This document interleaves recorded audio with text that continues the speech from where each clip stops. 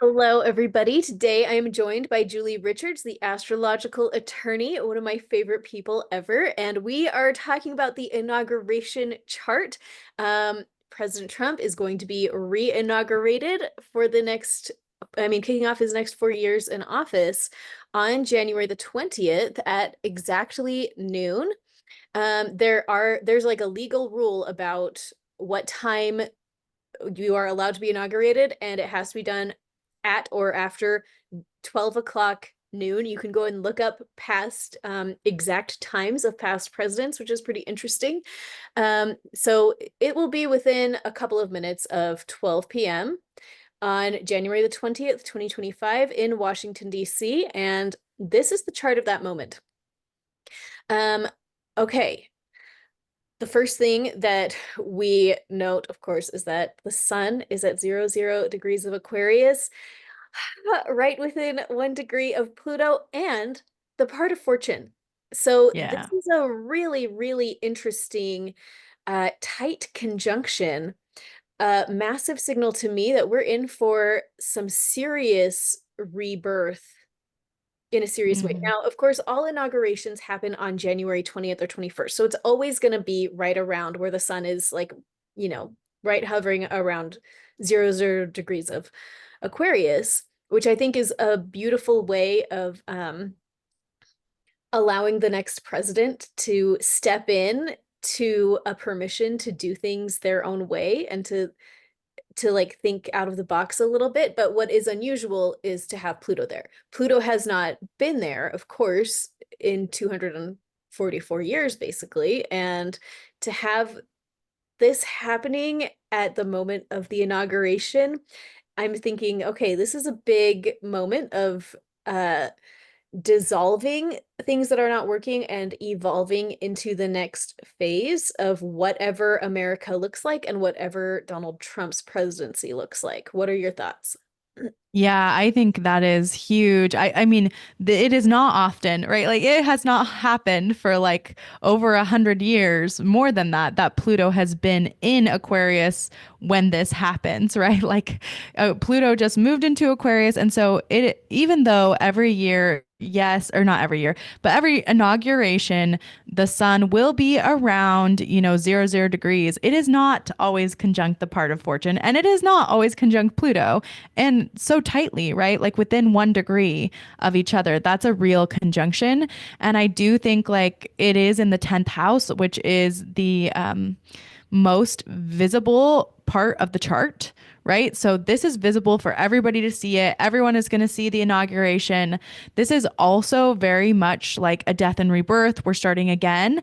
And usually I think people would like say that the sun and Pluto together could be bad, right? Because it could be death or something like that, or surrendering. But with the part of fortune there, I actually see this as quite positive. This can be Pluto is also treasure and it's also power, right? It's showing us our power. And to me, this looks like this is a powerful moment, and somehow it is lucky. Like I don't know exactly how, but because the part of fortune is there, there is something good to be had. I also wanted to make a quick note that I think it's quite nice that Mars is, technically not opposed here anymore because it's in Cancer, right? From that 6 degrees.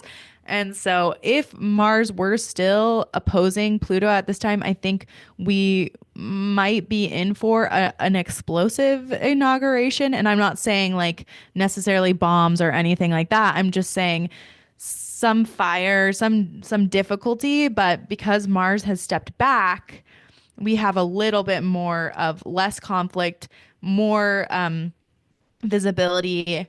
And that doesn't mean there couldn't be any conflict, but in this chart, I don't know, unless you see it, I don't see any like blaring conflict. This is something crazy is going to go down at this moment. Yeah, well, we'll have to see because I don't rule anything out after all the drama leading up to the election, True. but having Mars um yeah, not exactly opposite in here. I think that that is good. Mars is retrograding. It's kind of like moving away from the opposition, it kind of feels like Mars is like a little bit over that.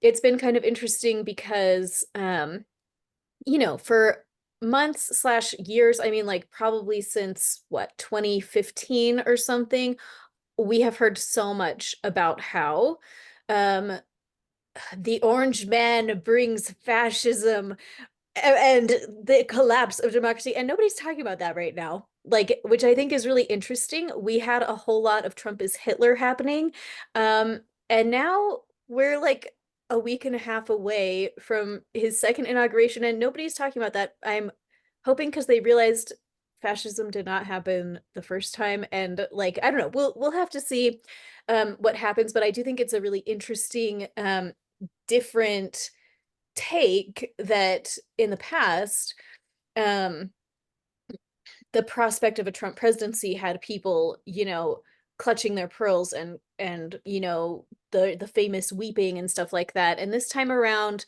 I just have seen less of that. I mean, I certainly still see a little bit, but um, keeping tabs on mainstream news and what's going on with there, the feeling feels very different to me. Like the vibe, Hmm. there's been a vibe shift Yes.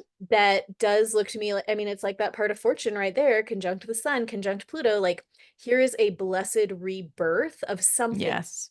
And because it's Trump's inauguration, hopefully this is a blessed rebirth for him. Because I think Mhm. everybody, regardless of how we personally feel about Trump, I think everybody has some qualms in some places where we might say, well, he could probably stand a little rebirth in this area or that area, and this is a big invitation to his soul to have that rebirth in a way that can bless the nation. That Hmm. would be my take on that. Yeah, I would also say it's so interesting because I was like, there's no blaring conflict, but then I was like, there's a grand cross. It's not a true grand cross, I would say. It's pretty loose as far as grand crosses go. Um, so it's not like tight, but there is obviously some tightness here with Mercury, right? We've got Mercury up here, up top, and there is some tension between Mercury and Chiron going on. They are squaring off with each other, and so there can be, to me, sometimes this the a Japanese word came to mind. Waraguchi is what it's called, but like bad talking or talking about bad things or bringing up conflict or bringing up some old wounds is possible. And then, of course, you've got that other tighter square between the moon and Mercury, right down here. And the moon is kind of conjunct. It's not like strongly conjunct. It's like kind of conjunct Lilith. So there is kind of like emotions on the horizon. Everybody's holding their breath. Everybody is kind of like, maybe they're not saying what they mean, or there's some conflict between what they're saying, what they're feeling. That can come up. And then the last piece of this is Mars down here, which is the part that's looser, that's not really quite the a full grand cross because it's at 24 degrees. It's pretty loose, but there is some tension between the moon and Mars, and some tension between there's true tension between black through moon Lilith and Mars. There's a little bit of tension between it and Chiron, and that can be, I'm going to say what I'm going to say, and I'm going to put my foot down, and I am, there is these tension spots, but it's just not it's a different feeling, like you said. It's not the same kind of thing. Like it's kind of like haters are gonna hate kind of feeling. Like here we are, haters gonna hate. There might be some hurt feelings, some tension, but it does not look like it's glaringly going to like make everything crazy, I guess. Does that make sense? Yeah, it does. I would say that this is for sure like a meaningful T square. Yeah, for sure. Meaningful Grand Cross, not sold on that. But Yeah. a meaningful T square here, which is going to be extra interesting because um, Chiron is still conjunct America's natal Chiron. We're still Yeah. in the throes of that Chiron return where we're dealing with our deepest soul wounds. And so I think we're going to see how those kind of show up, and how there's a big focus on communicating about those wounds. And this is going to be a big focus of national attention. In mundane astrology, the moon represents the people. So Mm. what I think we're going to see is many people are going to be experiencing their own interaction with their own vision of what are the deepest soul wounds of the nation. And there's going to be big talk about that, but it doesn't look like necessarily violent talk about that. Mm, It's like a more mental engagement with these concepts, you know. There's going to be, I mean, I think that probably every person has their own vision of what has really gone wrong with the nation. And when they are looking at this inauguration, they're going to see either hope or despair. mm, And mhm, either way, they're going to probably feel a lot of it. I feel like, you know, everyone knows Trump is a pretty controversial guy. mhm, Going to be strong feelings about what he's bringing to the table. And those strong feelings are going to come from a wide variety of emotional places, person to person. And to yeah. start just verifies that, yeah, that's what's going to happen. It's going to happen. We're all going to be fixating on what are my personal wounds that he might fix or might make worse. And what are the national wounds that he might fix or might make worse? And all of our individual perspectives are just going to be bubbling up to the surface. And I don't know, seeing Mercury up here, like it's not a tight conjunction by any means. It's not a conjunction, but just looking at the chart and seeing that little slice of the pie with this death and rebirth of the individual that is going to be the biggest power player in the world, you know, for the next few years. And then that little Mercury of what does everybody think about it? What does everybody say about it? Hmm. Yeah, I totally agree. And I would, that's exactly where I was going next, Allie. Right there. Why don't you talk about Venus and Saturn? This really sticks out to me, Venus and Saturn. Um, Saturn, of course, is has been traditionally called the Lord of Karma, Hmm. calling back our consequences to ourselves. Talking about elections have consequences, as like the slogan goes. Um, Saturn puts boundaries on us. Saturn, you know, makes us face the music and it shows us where we messed up and where we have to fix things. And Venus is not like that. Venus receives, it's the divine feminine, it's the nurturing, it's the love, it's the money, it's um, you know, allowing the good stuff to flow. So this is a really interesting conjunction to be happening here. Um, to me, I'm looking at that and seeing blessings on the restrictions, um, and at the same time, maybe restrictions on how the blessings show up. When I'm looking at this and just talking it out, I'm thinking of like talk about tariffs and Hmm. new boundaries on money, um, Hmm. and how that may play out. Um, but having that Venus so close to Saturn, I'm thinking to me, the Venus is more powerful than the Saturn. That's Mm. my feeling when I look at it Mm. is more blessings on the boundaries than boundaries on the blessings. But Mm. Yeah, that's interesting. Well, I would say this is a day chart, right? So in a day chart, both Venus and Saturn are a little bit weaker because Saturn is the out of sect malefic. Venus is that out of sect but benefic. She's still helpful, right? Like Venus is always going to be helpful. Saturn is always going to be a challenge, but in a day chart, Saturn is more like challenges that are helpful to us. It's like we're going to run a marathon, right? So we have to have a lot of discipline to run that marathon. We're going to do this hard thing, but we're doing it because it's going to bring us blessings. And that's kind of what it looks like.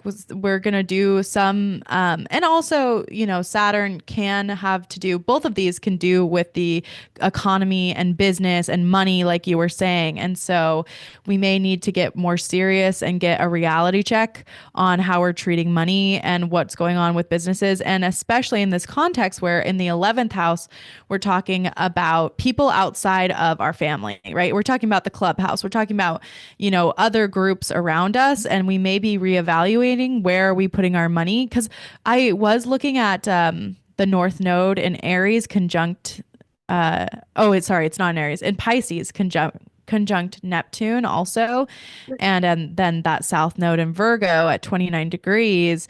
And it does have this sense of like, okay, we need to bring it back home. We might need to stop spending on these things out here that aren't helping our direct self, our direct country, right? Like maybe we need to bring our focus back in on the country rather than our focus being out in foreign lands and on this clubhouse. There may be some restrictions there. And also, it is in Pisces. So we do have to take that into account that maybe there is a watery flair to it sometimes, an emotional flair that might come up. We might have feelings about these restrictions, right? But yeah, I think that's worth noting that in this situation, Saturn is more likely to play out as a challenge rather than a detriment. Ooh, I like how you put that. Yeah, the challenge rather than the detriment. I think also, so good point about this being the clubhouse. And again, our incoming president is talking about some serious revisions of how the nation interacts with other countries economically. But the 11th house is not just the clubhouse, it's also the seat of our hopes and dreams Mm-hmm. and what we want our legacy to be. And with Saturn and Pisces there, Pisces can be a little pie in the sky. Pisces can be a little delulu. It can, Mm-hmm. uh, have a bigger imagination than reality accounts for. And when I'm looking at that, I'm thinking like, okay, and of course, Aquarius deals with humanitarian impulses. So here we have this 11th house with these humanitarian impulses. Like our goal is to make the world a better place. I do think that President Trump wants to make the world a better place in how he thinks that the world would be a better place. Um, and I think probably most of us want the world to be a better place, however we think that is. But here we have, how are we wanting to make the world a better place, and how are we possibly like in La La Land about what that actually looks like? And Saturn is like, hello, reality check. This is an interesting configuration for maybe some big reality checks on how much money that Venus resource, how much money can we really spend on humanitarian impulses when Mm-hmm. maybe some like core needs are not being met at home? How much money can actually be spent on things that may be a little delusional. And Mm-hmm. so it will be interesting to see how that goes, but I think that's very appropriate for the inauguration chart here. Yeah, for sure. And of course, um, Trump has talked about a lot about bringing back some traditional values, and Venus has to do with value.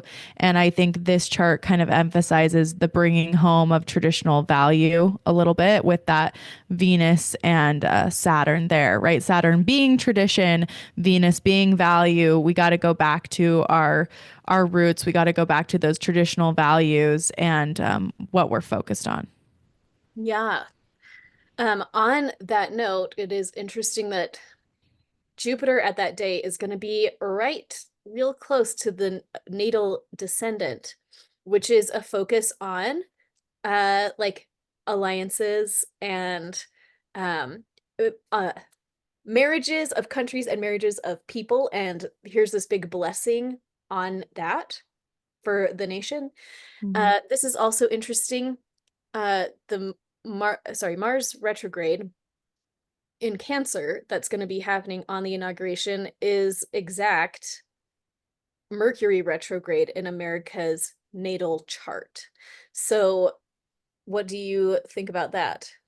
Yeah, that's really interesting because, Mars is about action and conflict. And sometimes when Mars and Mercury come together, that can be, speaking rudely, saying mean things, but it can also be in this context like saying words that spur people to action, or the action deserves a lot of words, right? Like these actions are going to output information and important things that we need to learn. I would note again, there's this conjunction there with the part of fortune, Oh, right? So it's not always going to be the most terrible thing because you could look at this and be like, oh no, everyone's going to be fight talking with each other, right? Especially in that third house of like communication and community.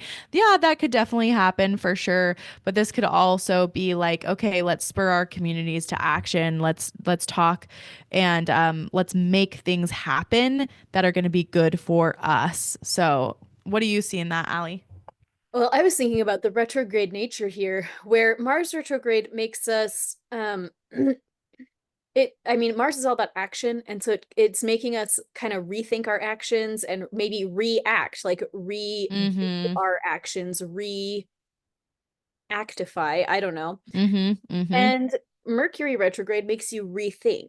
And so I'm Mm-hmm. wondering if the situations occurring on and around the inauguration are going to invite a national rethinking of a lot of things. Mm. Um, Especially as we build up to Neptune entering Aries in March. I'm wondering if this moment is going to start getting people thinking in new ways where maybe if they've like really held on to some really core beliefs about, I don't know, whatever having to do with this president, with these different policies, all these things. I'm wondering if there's going to be a national rethinking, that's going to be different person to person, but on a large scale. What are we going to think differently about because of this event? Yeah, I do think it's worth saying, and we don't often talk about him in this context, but we do need to say that Mars also severs things, he cuts things. And so we have to be careful about communication being cut as well. And, things being severing. I was thinking about old thoughts coming back, like when you were talking about rethinking or reacting, bringing back old thoughts we've had or old patterns coming back. But yeah, that's really fascinating. I wanted to pull up Trump. Okay, this is his natal chart. Um, and that's pretty interesting that Uranus will be yeah, within 1 degree of his natal midheaven. Yep. In the first house, a big like his body will be on display for Mm-hmm. sure. Mm-hmm. But there's like a blessing right there Mm-hmm. for his body. I don't know. That's just so interesting. I mean, that's just one way to look at it, but Well, he's being expanded, right? Like his influence is expanding. Who he is expanding with Jupiter in that first house. I'd also say, Uranus is being your true self, your authentic self. And also this is a huge shakeup in his career, right? Like it's been back and forth, and I think some people thought it was unexpected. It was unexpected and it's coming back and here's this surprise and here we are. We didn't expect it, but it's this big shakeup of his career because the midheaven is the career, it is his visibility. And so there is this, a great change, right? He's changing from a normal citizen to now back to the president of the United States. And he is the second president only to be reelected, right? after For after not being getting reelected. And so that's a big unusual thing. And Uranus is quite unusual for sure. yeah, I think it is a notable that his sun and his north node and his natal Uranus are all in the second house of this chart, which Mm-hmm. is having to deal with values and stewardship, like talk about stepping into that stewardship role. Venus conjunct that Mars, his natal Mm-hmm. Venus, that's like blessings. I don't know. His natal Jupiter conjunct the transiting moon. I'm like, oh Mm-hmm. man, this is like really an interesting this is an interesting situation. I want to flip the placement of the charts so we can see them in a different way. This is Donald Trump on the inside and the inauguration on the outside. Mm-hmm. Yeah. And Ah, I I think that interesting Jupiter going over his Uranus again, right? Big surprises expanding. Uranus though also has this rallying effect. It can be so like when I do locational astrology with people, if you're like an advocate of something, like you want to advocate and you want to hold really big like rallies and like get lots of people involved, I will often tell people to go to a Uranus line because that's what Uranus does. And so so Jupiter amplifying this Uranus effect, which is also going to affect, I mean, it is not exact by any means, right? But it's like loosely conjunct.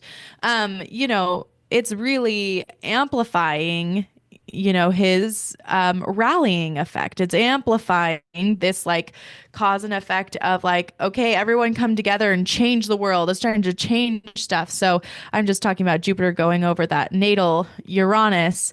It really could bring out a lot of his, again, like, authenticity and his rallying power. Yeah, and again, that Uranus next to the midheaven, um, that is a really good point. Uranus does govern the 11th house. Like it's like Hmm. the little boss of the 11th house, which deals with the clubhouse and how people Hmm. see us and if they are willing to rally behind somebody, you know. Hmm. I set a goal this year to read all the plays of Shakespeare. And so yesterday I read Antony and Cleopatra. And it's really interesting because the war between Mark Antony, and Julius Caesar and Pompey is like the main historical thing that's happening as part of this play. And there is basically most of Act 4 and 5, I believe. It deals with Mark Antony dealing with his followers because he's losing and he decides like he's gotta surrender, and he decides that he's gonna finish himself in a serious way. Um, in response to these different things that are happening, and none of his people um will help him. He's like, I need to call it quits, and somebody needs to do me in, and none of his people is willing to do that. And it shows all these people throughout the play. It talks about how Antony is such a great leader, and these people are going to go to the ends of the earth for him. They think he's the son of Hercules. They Hmm. they like honor and revere him. There's a scene where one of the soldiers is fighting um somewhere in some mountains, and they win the battle, and he says, well, if we won, it's only because of the magical name of Antony. We just won because we're associated with him and he's so magical. And talk Hmm. about like Uranus energy.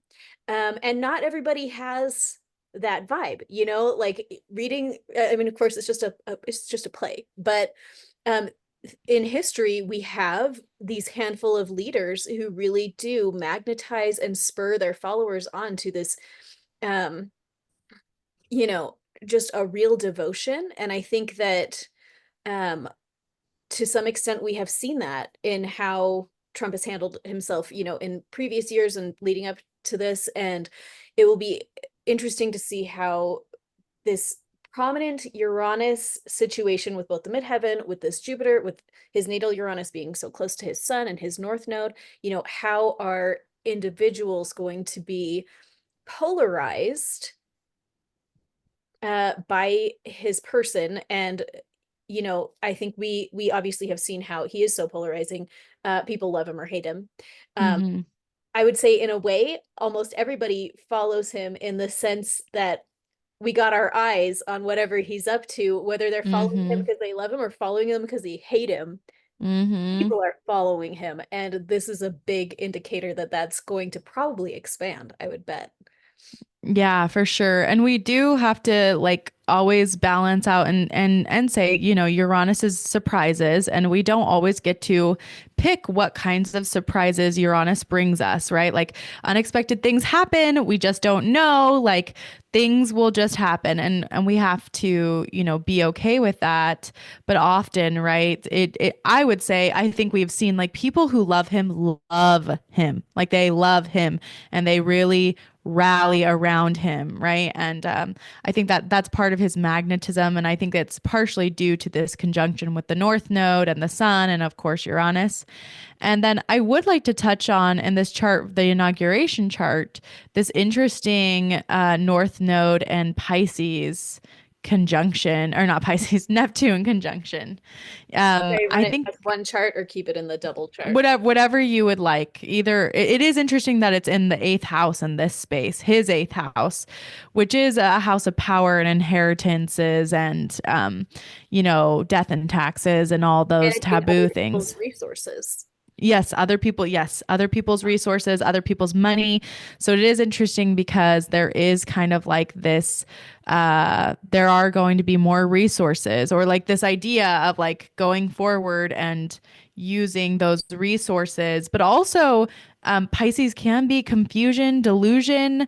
So I don't know. There might be some confusion around whose resources are we using, or him thinking he has more resources than he does, or something like that. What do you think, Allie? Yeah, I mean, Pisces can also deal in deception.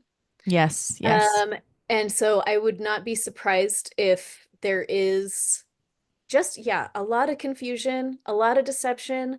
I would bet it's a two-way street as well, as far as like if you're ever on X, you see people being like, he's playing 4D chess. I don't know if he is. Is he playing 4D chess or is this delusion and deception like, or maybe it is 4D chess. Like I'm open to that. Mm-hmm.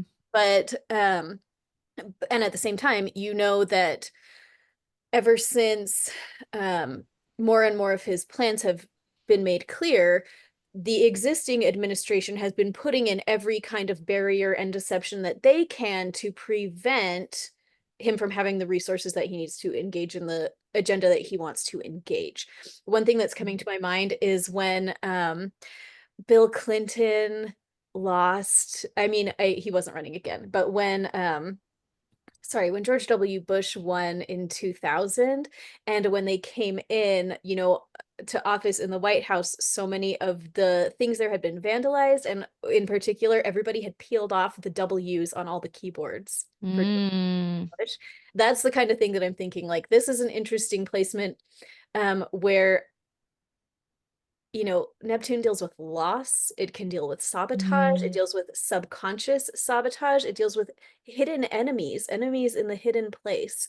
yep. And I think that we're going to see a lot of that. I think that Trump supporters will see how he is like the victim of sabotage from a hidden place, and people that hate Trump are going to feel that he is sabotaging things from a hidden place. I think but the Mm-hmm. theme of sabotage in a hidden place is going to be Mm-hmm. a key thing that people are going to be feeling and sensing, regardless of like how they are interpreting it. I Mm-hmm. think that theme is going to be there. Oh, 100% for sure in this chart. And I just wanted to note that in this chart also, the moon and the sun have good coherence at this point, because they're both in air signs. There's a lot of air here, so there's a lot of information stuff happening. Sorry, I meant in the, can we make it one chart really quick? Yes, which part? The inauguration chart. Okay, Yeah. here we are. There we There go. we go. Yes, they Yes. have.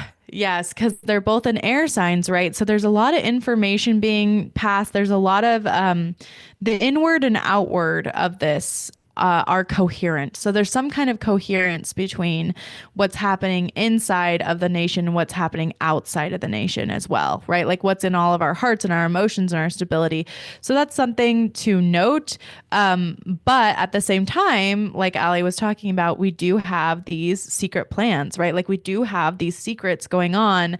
And so it might be a while because sometimes Neptune, like, because it's so foggy, it might take a while for people to catch up to him and see him, right? Because we think, oh, what's going on inside and outside, everything, all that's good. So, there can't be that deception, that deception, it might take a while for it to, make its appearance, that people understand really what's been going on behind the curtain. Does that make sense? Yeah. Well, and I think this will be interesting to see the shift in the presidency between now and inauguration date and the end of March and into April, which we have to talk about. Julie's found some Hmm. really interesting stuff about April and this presidency that we'll talk about in another video. But with Neptune entering Aries at that time, I'm wondering if there will be a lot more clarity about what deceptions, what delusions, what confusions, Hmm. and what Hmm. true spiritual connectivity and spiritual leadership from our creator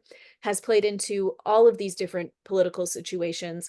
Um, it would not surprise me if in the month of April, I mean, I think we're in for like quite a month of revelation.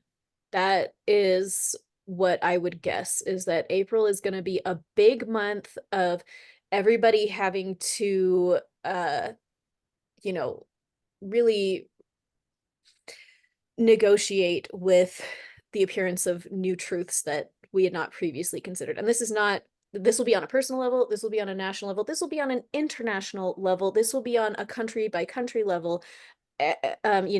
But I think especially for Donald Trump and our country because of the particular things that are happening in April for us in particular. Hmm. Yep. Yep. Wow. And I just want to note, like you said, this is 12th in the 12th on this chart. This Neptune and your North Node stuff is in the 12th house, which is the house of hidden enemies, stuff behind the curtain. So I think Allie's right on that one. But wow, what a chart. I know. I know. So let's do like the 1 second recap. 1 minute recap. I would say this looks like an exciting chart to me as far as like um in terms of straight roller coaster vibes. Yes, we're having this big rebirth, this big invitation to dissolve and evolve existing structures for humanitarian purposes. And blessings are on that endeavor, whatever that may look like. We have this Venus next to Saturn and that North Node next to Neptune, which is saying to me, like, in the middle of a lot of confusion and loss, there is still uh, some blessing and some calling that is happening. Um, Man, that Jupiter in the first house. I don't know. Okay, any final thoughts from you? Yeah, I would just say, that there will be ups and downs, right? But we are looking towards authenticity. There will be surprises no matter what. This is a big, heavy Uranus like chart in many ways, and so just be looking for what surprises come your way. And we are definitely shifting towards this idea of the humanitarianness in this chart for sure. Okay, final thought for real with that Uranus and all of this Aquarius action that's happening. Oh, come on, brain. What was my ingenious thought that just came to my mind? Uranus is in Oh, okay. charge That of. this that this is a big calling. You mentioned authenticity. Hmm. I think this portends that the next 4 years is going to be filled with questions of what is America? Hmm. What makes an American an American? What makes humanitarian aid helpful and humanitarian? You know, Hmm. but I think we are going to see those surprise events that are really going to make the nation start to really engage with those questions. Um, Hmm.